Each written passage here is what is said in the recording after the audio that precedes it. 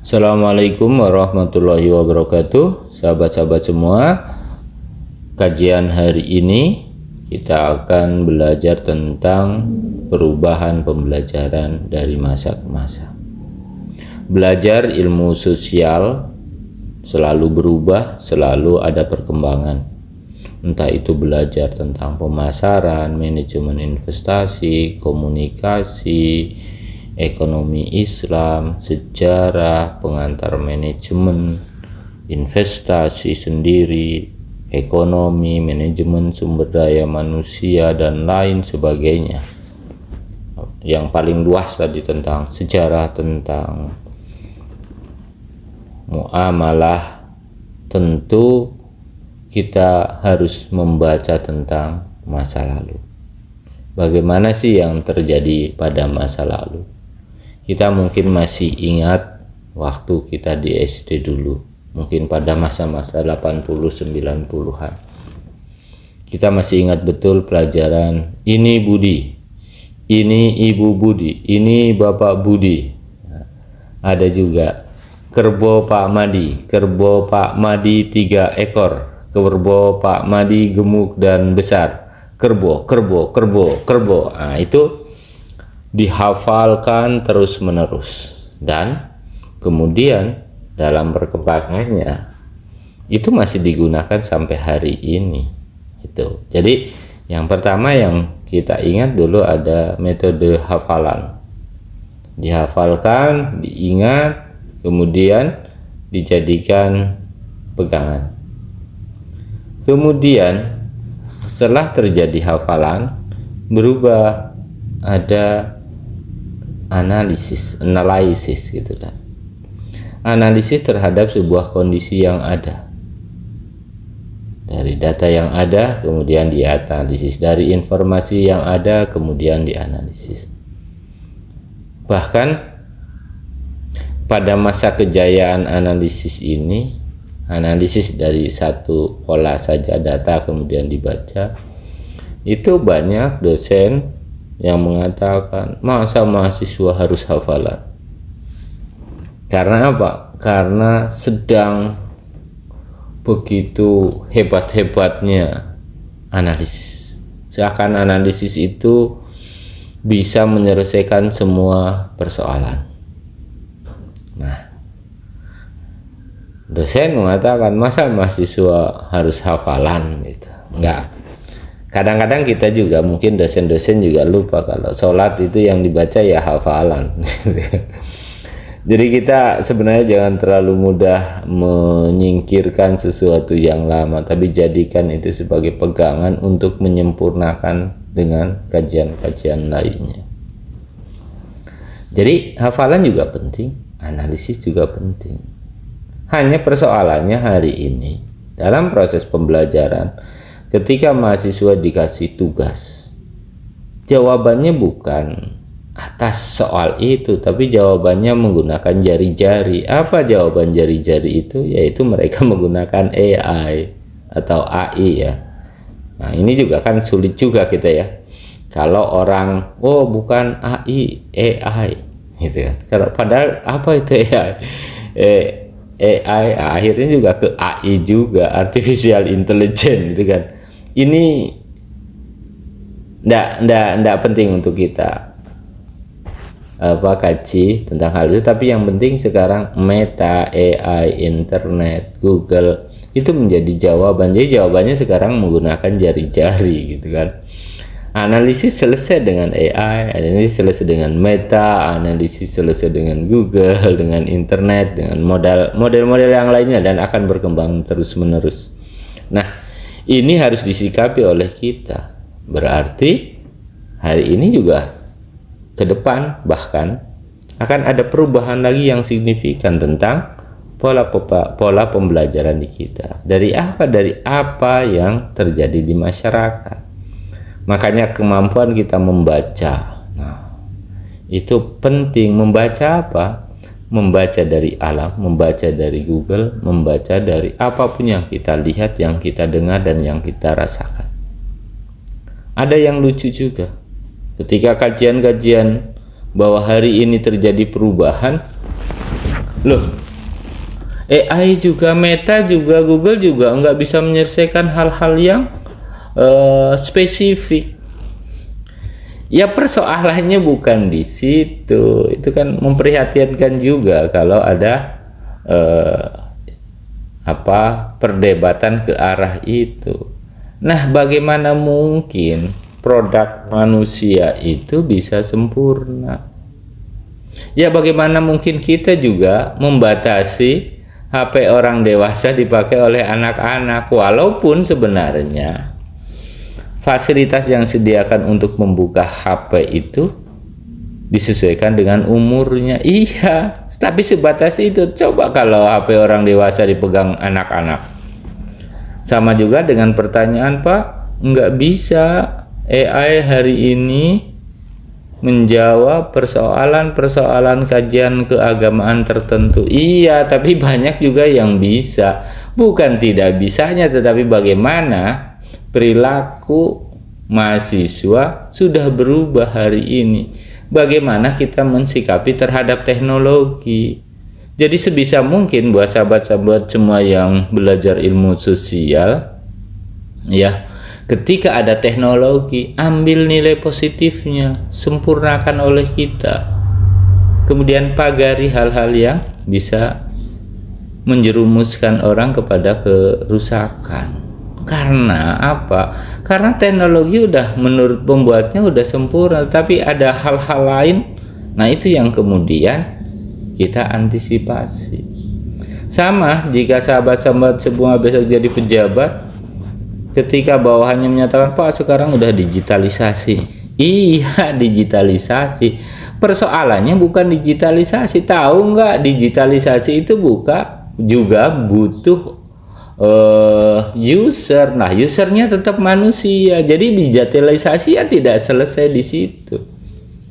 Di situ ada berbagai kelemahan di teknologi, di ilmu pengetahuan, agak ada ragam berpikir. Jadi berkembang terus, ada kelemahan terus kita menyempurnakan. Ingat kan kita ketika dulu internet itu banyak menyesatkan, banyak sesuatu yang negatif. Iya, tetapi hari ini orang tadarus menggunakan HP. Hari ini orang mau khutbah menggunakan HP. Hari ini mau diskusi di masjid menggunakan HP.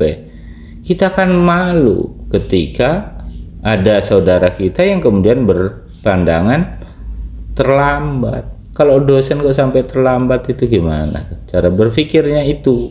Jadi konstruk berpikirnya yang disayangkan terhadap perkembangan teknologi. Jadi bukan AI, kemudian Meta, Google, internet menyelesaikan semua persoalan, enggak. Tapi mereka hari ini bisa selangkah lebih maju.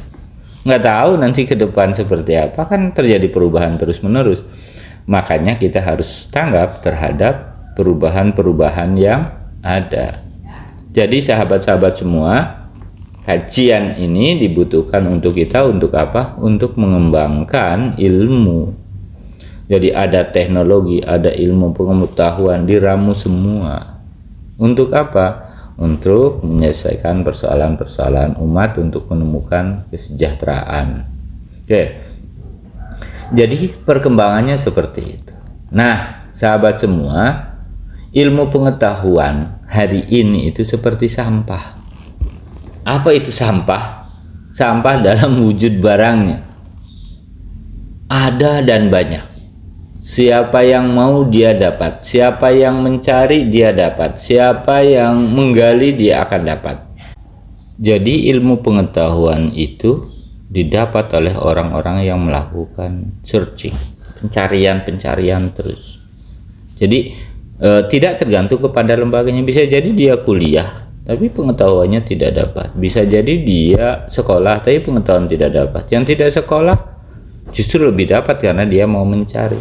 Jadi mendapatkan ilmu pengetahuan itu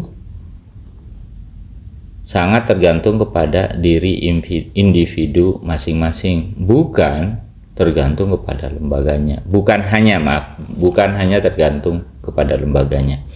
Oleh sebab itu, hari ini pengetahuan, ilmu pengetahuan, skill sangat tergantung kepada kemauan diri sendiri. Duh, kenapa perlu kuliah? Kenapa butuh sekolah? Karena kita butuh persyaratan formal. Jadi ijazah itu dibutuhkan, kerangkanya adalah sebagai persyaratan. Selanjutnya adalah skill pengetahuannya masing-masing. Orang ketika diwawancarai, orang ketika ujian tidak memiliki kemampuan, otomatis alam akan menggilasnya. Orang tidak punya ijazah, mau masuk ke formal, tidak bisa. Tetapi ke informal bisa. Jadi hanya ijazah itu hanya kemudian membatasi ruang yang luas menjadi sempit, atau ruang yang sempit menjadi luas karena adanya ijazah. Ruang yang luas jadi sempit karena tidak punya ijazah. Jadi sebagai persyaratan formal aja. Kalau persyaratan, contohnya ini, kita mau melamar ke sebuah perusahaan, ijazahnya sebagai persyaratan masuk atau sebagai PNS masuk. Selanjutnya ketika wawancara, apakah kita punya kemampuan yang bagus? Nah, itulah yang menentukan kemudian. Makanya ijazah dibutuhkan, pengetahuan, skill juga dibutuhkan. Untuk apa? Untuk masuk ke ruang-ruang pekerjaan atau untuk membuka lapangan pekerjaan. Jadi ijazah itu dibutuhkan hanya separuh nafas, separuh yang lainnya skill. Itu sahabat-sahabat semua. Nah, bagaimana kemudian peran dan fungsi pendidikan itu? Peran dan fungsi pendidikan hari ini lebih mengarah kepada pendekatan metodologi, kemudian problem solver, kemudian pemetaan, konstruk berpikir, dan lain sebagainya. Berarti dari apa yang kita baca, dari apa yang kita dengar, dari apa yang kita rasakan, dari apa yang kita lakukan, harus mampu untuk mengkonstruk, berpikir, memunculkan metodologi baru, menyelesaikan masalah-masalah, problem solving, kemudian ada pemetaan, dan lain sebagainya. Jadi pendidikan hari ini diarahkan ke situ. Berarti sahabat-sahabat semua yang harus kreatif dalam hal ini adalah dua-duanya, dosennya ya mahasiswanya, untuk menemukan masing-masing pola yang dibutuhkan hari ini. Nah, itu sahabat-sahabat semua. Nah, kemudian bagaimana tugas mahasiswa ke depan? Tugas mahasiswa adalah untuk memilah dan mencari pola berpikir yang benar, yang konstruktif, syukur-syukur sampai kepada critical thinking. Nah, apa itu critical thinking? Sahabat-sahabat semua, minimal critical thinking itu memiliki 5 persyaratan, ya. Yang pertama itu kemampuan membaca masa lalu sebagai data. Yang kedua itu kemampuan menginformasikan kondisi hari ini, ya, kondisi hari ini seperti apa. Kemudian mampu berpikir trajektori, ya, masa depan seperti apa, ke depan akan seperti apa, dari ramalan-ramalan itu tapi yang rasional. Kemudian kemampuan membaca dari yang terlihat untuk digabungkan satu informasi dengan informasi lainnya. Jadi umpamanya hasil observasi dengan data, gitu kan, dibaca ada apa, tapi yang tampak.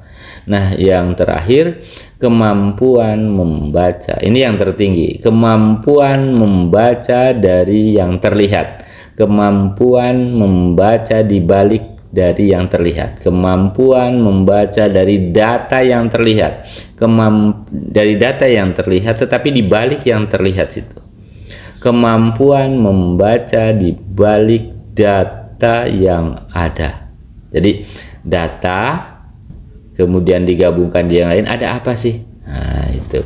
Kalau dalam tafsir kita kenal dengan tafsir maknawi. Jadi bukan apa yang terlihatnya, apa yang terdengarnya, di balik yang terlihat dan terdengar itu ada apa. Gitu.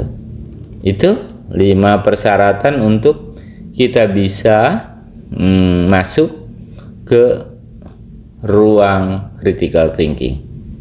Itu sebagian yang kemudian akan kita kaji, akan kita informasikan, akan kita diskusikan bareng-bareng di dalam kelas yang berhubungan dengan proses pembelajaran hari ini. Proses pembelajaran terbaru, proses pembelajaran kita untuk membuka ruang baru. Dan sahabat-sahabat semua bisa bahkan melampaui apa yang saya sampaikan, silakan bebas saja.